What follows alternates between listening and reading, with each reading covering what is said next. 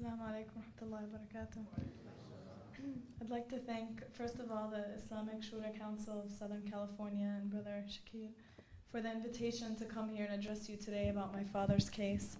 And I know we have a limited time, so I wanted to first ask, how many people have heard about the case of Laila Arian? If you can, okay, so it's most of the room. So I won't go into all of the details of my father's case. I'll more talk about the way this case has affected us, kind of giving you the greater picture, and then also giving you an update about what's happened. I think there's a lot of confusion about where my father is today and what's happening to him.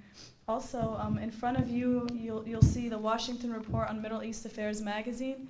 In this magazine, on page 24, begins an eight-page spread about my father's case, and there's quite a number of articles in there. So maybe after the talk, if you're interested in learning more, you can find that there.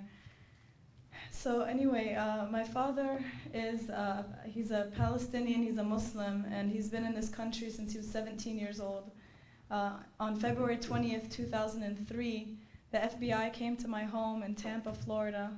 They banged on the door along with some local cops in Tampa.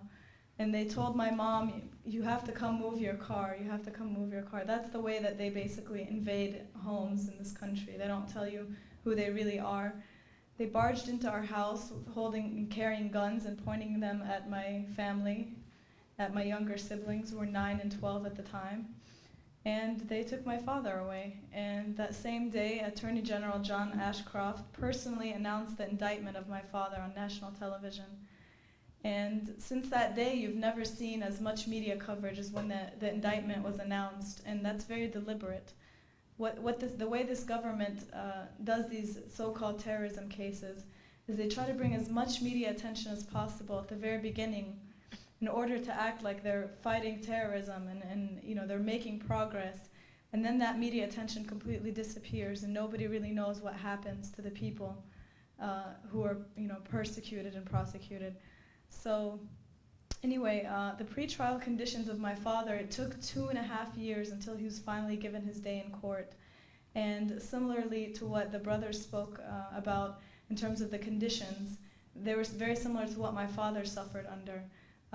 The way my father describes it is Guantanamo plus, so the similar conditions to Guantanamo Bay plus phone calls. That was the one privilege he was given that the Guantanamo detainees aren't given.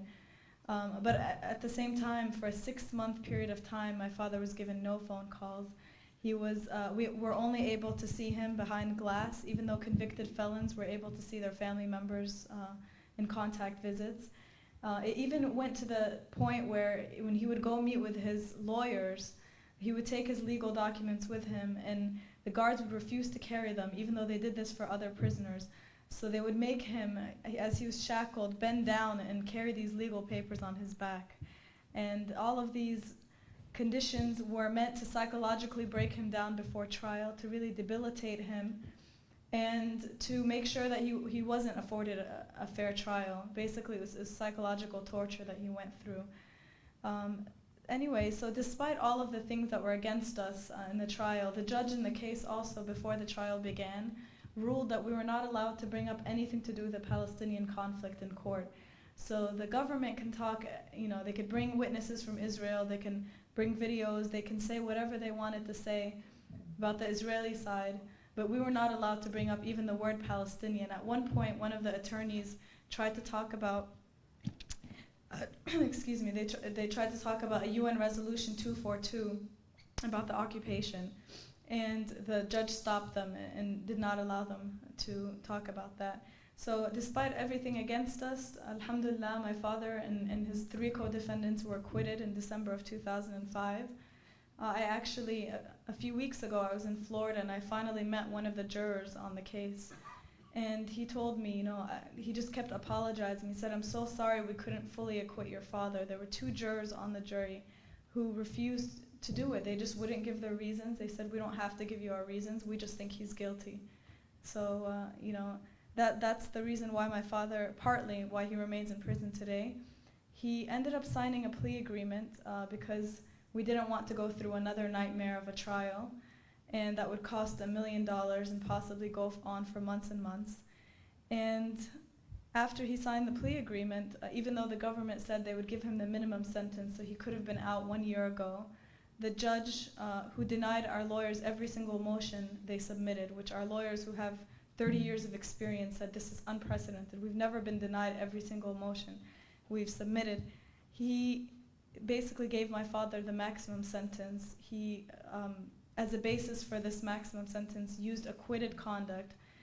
He even used words and phrases that my father never said and attributed it to him. This man is basically just a bigot from Central Florida who showed his true colors the day of the sentencing. Since then, the government, another prosecutor in Virginia named Gordon Cromberg, who's extremely anti-Muslim and who's said racist, anti-Muslim, bigoted remarks, has tried to target my father and try to force him to testify in other cases, in an unrelated case in Northern Virginia. Of course, my father said this is a violation of the plea agreement. There's nothing in the plea agreement that says I'm going to cooperate with the government after everything they've done to me and to other Muslim political prisoners. And also, his own conscience as a Muslim would not allow him to testify in any kind of case against other Muslims. So now, basically, a judge in Virginia has held him in contempt of court for refusing to testify. And even though he could, even under the maximum sentence, he should have been released last month. But now, because of this new contempt situation, it could be another 18 months until he's finally released. And even then, we're not sure about that because they can come up with new charges. So really what we're focusing on now is to put as much political pressure on the Department of Justice as possible and to tell Attorney General Gonzalez, you signed on to this plea agreement, you need to keep your promise and release him as soon as possible. And that's what we're doing. My father went on a hunger strike for 60 days. You may have heard about it. He lost over 50 pounds. And it was just another way to fight the state-sanctioned oppression that he's endured for the past 4 years. And I'm sure you have a lot of questions, so I'll be happy to answer them afterwards. But that's basically the update with him now. We're still waiting for the courts to try to resolve his situation.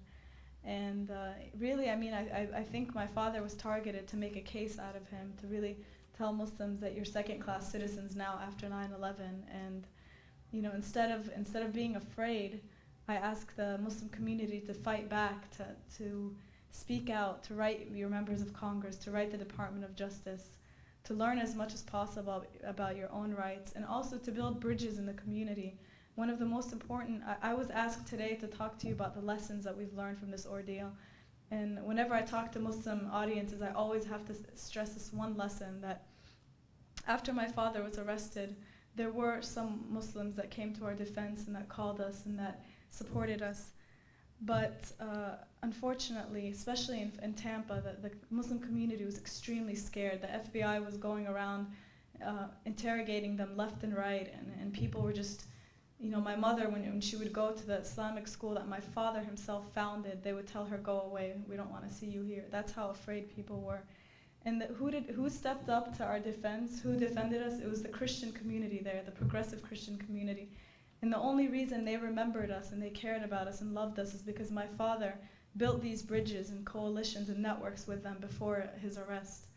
And that's what friends do for you. And these are people they're native-born Americans, if you will. They've been here their whole lives. They don't feel like Muslims, that they're under siege. These are the people that we need to work with and to build bridges with, because they are the ones that are going to stand up for us. These people that I mentioned, every single Monday in the burning sun in Tampa would hold up banners that said, "Free Laila Arian," and Laila Arian is an innocent man, and the jury would see them every single Monday holding up these signs. And their work for us has been tremendous, and that I think I have to give them credit for. Obviously, all credit goes to Allah, first and foremost, but these people did a lot in terms of advocating on behalf of my father. So that's a lesson for us as Muslims, is to break out of our shells and I know that your own communities here have done a tremendous work in terms of networking, but that's something I can't stress enough. And thanks for listening to our story. Jazakallah.